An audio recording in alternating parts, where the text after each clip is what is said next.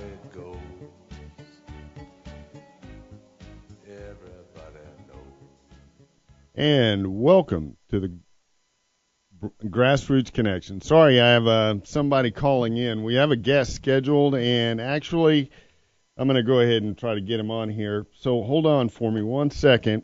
And it's probably our guest. She's an author out of the Gulf. You know who I'm talking about. This is Cherri Foytlin. We've spoken before, and she's given several speeches and pretty popular lady. But let me pot her up here and see if this is her on my line. Hello, Cherri. Yes. Okay, all right. So you called into the Martinez Lopez Power Hour. How did that go? Well, that was interesting. Yeah, I was trying to figure out how to get. I didn't realize there was like 2 shows there. I was trying to get into the chat room, but I made it finally. So. Good. So you are in the chat room, and that's the Stickum chat room, right, at the main website? That's it. Cool. So I'm sure that there are people that probably have some questions. You guys can go ahead and chat amongst yourselves. But the reason we have you on here today is we want to talk about your new book, Spill It. Oh, yeah. And that's co-authored with Jean Reed. Jen, yep. Jen? Okay. And it says here, Spill It is the first book about the realities of the aftermath of the Deepwater Horizon Gulf disaster, written by Cherri Foytlin and Jen Reed, available exclusively at www.blurb.com. And, well, did something change? Did I get something wrong? No, you did it. That's it. Okay. It's a blurb, and it's available. Buy the book. Buy the book. And you're saying 50% of the proceeds go to the Gulf Coast disaster recovery? Right. That's a very good cause. Yeah, we're just trying to raise cash for a myriad of things. We need further testing. We need to get out into the public and talk with these representatives and the senators up on the national level and see if we can't get them to back up some bills as far as health care and bring in some jobs down to the area. So say that all would help, wouldn't it? Yeah. There's a myriad of things that we need, and we wanted to get a Citizens Gulf Advisory Committee. Alaska got one after Exxon, and so I think that we need one too. That's just the voice of the citizens, not the politicians, not anyone else. Cool. Well, since we kind of just jumped into the interview, I need to back up a little bit. Sure. Okay, and give out our call numbers. We're live and streaming at WOIC.com. That's WOIC.com. You enter it into your search engine or browser, and our homepage pops up. Once that pops up, you scroll down and you see Grassroots Connection. It's the funny-looking black guy with a hat on. You tap on that. That opens up our page. You get into the stream, and you can get into our chat room. And if you are a member of Stickum or Twitter, you can chat directly into our Twitter Stickum chat room. If not, then we have several other ones. And if you just go around that page that you happen to end up on, you hit, let's say, the GRC blogger tab, that puts you in a room with 3 chat rooms, and you can choose which one you want. And some of them don't require signing up or any membership. That's why we put them together. All right, and our call-in number, 742-1230, toll-free, 888-671-7278. And I hear those kids in there. Dad's trying to corral them out of here for me. I understand. Well, That's the 2-year-old. You got a lot of kids. That's all good. I understand. I have some myself. Yeah, we have 6. 6. Did I beat you? Yeah, you beat me. You doubled my total, but that's all good. Okay, so tell us about Spill It and what's in there. Why should we want to go out and buy it?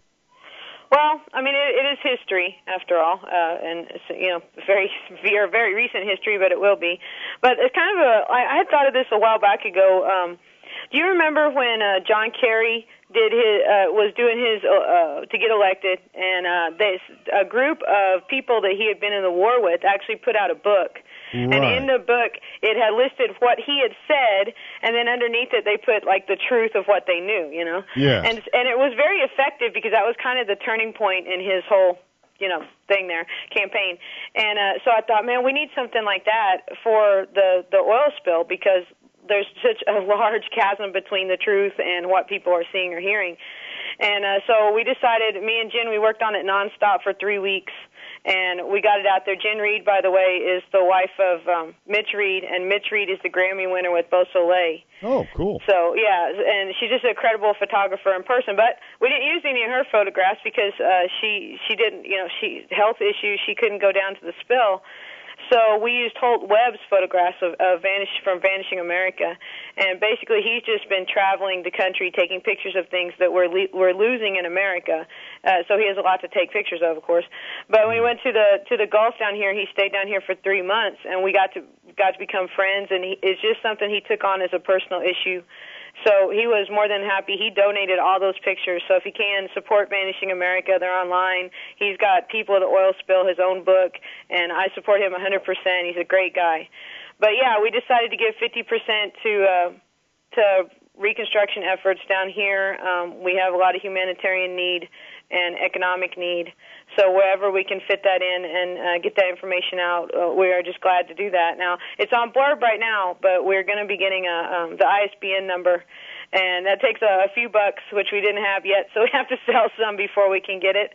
And then we'll be going on Amazon and hopefully in bookstores. We're going to try to donate one to every library across the nation as we can do it, and just try to get the information out there that's needed. Killer. I'm trying to put your blurb, little adverb, into the chat room so people can go back and link later on. That'd be great. Yeah, absolutely. And if you're in the are you in the chat room? I am. Cool. Then go ahead and feel free, send out all the connects and links that you want to. Sure. Okay? No problem. Now, let's see. We've talked a little bit about Spill It. And I know you don't want to spill your guts on the book, because then why would they buy it, right? They have already got the story. Well, I'm actually eager to get the information out any way I can.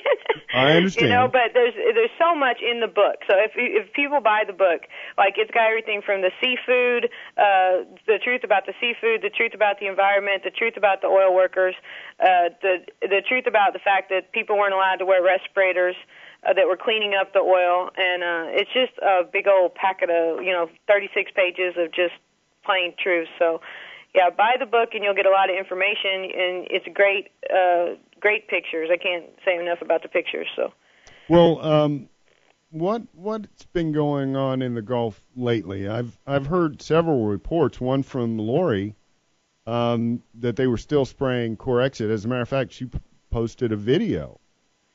Where her and her family were being sprayed, actually, at night. Yep, I saw that too, and she unfortunately didn't have enough money to get it tested and find out exactly what that was, and for some reason the burden of proof has fallen to us. That's incredible. So, but yeah, we went to this Clean Gulf Symposium, and that was in Tampa, Florida. And basically, we were in the mouth of the lion, because this is put on by the oil industry, and it's not only like how they're going to clean up the spills, which, by the way, I found out they have 200 to 300 a month around the world.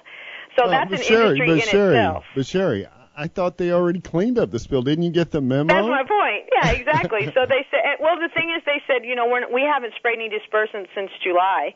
But the number one thing that they said was that from now on, dispersants and burning of the oil is going to be the new norm. So you have to think, with 200 and 300 a month, and with the fact that, they're telling you that they have not sprayed since July, but that's the new norm. That means anything that's went into the Gulf since then has been sprayed, because that is the norm. Right. So right there, it just doesn't make any sense. It's the most illogical thing ever. I think the way they're wording it, it's just wordplay. They're going to do what they want to do. Yeah. Definitely.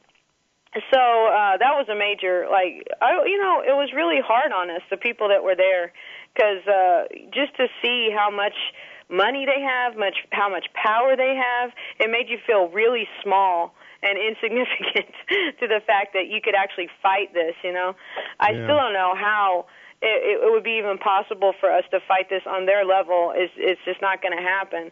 So we're just going to have to do it through love, and show how much we care about the people of the Gulf, because like it's some other line, you're going to protect your young, and right now that's kind of we're all in that same mode, but we got to really get real about the fact that they are just so big and so smart. Like I went to a class and it was called it was like something to the effect of altering people's opinions.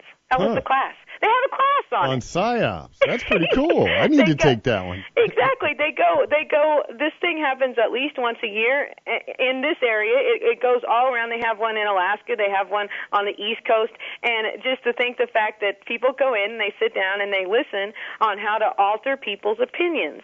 Wow. That's just something right there. Like, there's no truth coming out, and I don't know. I mean, it was really hard on us. But then we get back and we were like, you know what? I just really feel like that we need to connect. And so we went out on a boat in Grand Isle. And when we first went out there was birds flying. It was so. Hello? There was pogies jumping out of the water. There was 3 pods of dolphins. And we were like, man, maybe it is over. And we get out around those islands, see this 10-mile line of dispersed oil, and every 50 yards was a dead, different kind of fish, all different kinds, and they were like 2 to 3 feet long. There was no reason for fish that big to be dead in those amounts, all on the shoreline, all up in this dispersed oil, and we were just like, wow. I mean, it just brought everything back to no. Things aren't perfect, things aren't better, but I can see where they could take a certain media people to certain parts and show them, and people think, wow, it's over, it's great. Absolutely. But it's just not. It's not. And Grand Isle got slammed just this last week. Venice got slammed with oil just this last week, and it's still up in the marshes. It's still on those islands. We had asked them at Clean Gulf, what about those islands that are out there? And they said, well, some of those islands are privately owned, and some of them are managed by wildlife services, so there's really nothing we can do about that. I was like, okay, then maybe you should contact the owner. Or you might want to. Yeah, absolutely. But it's insane. It just it seems like there's still a media blackout. There's definitely, and Al Jazeera just did a great report. I saw that. That was wonderful, actually. Yes. Yeah, and they talked about everything from the dispersants to the illnesses. And my question is, if the international media is, because they're not the only ones, the BBC's been great about reporting things. If the international media pick up on it, but the national media will not, I mean, it's obvious that there's some kind of deliberate, stop of that information. Deliberate cover-up. Don't tell me that the ABC and NBC and CNN is not reading Al Jazeera, that they don't know what's happening. Oh, they do, and they watch RT too. I mean, they really do, just like we do, but they want to, or there's an incentive for them to keep it out of the media. We're almost headed into a break. I think we've got a couple of seconds here, but stay on with me, and we'll carry you through the break. All right? No problem. All right.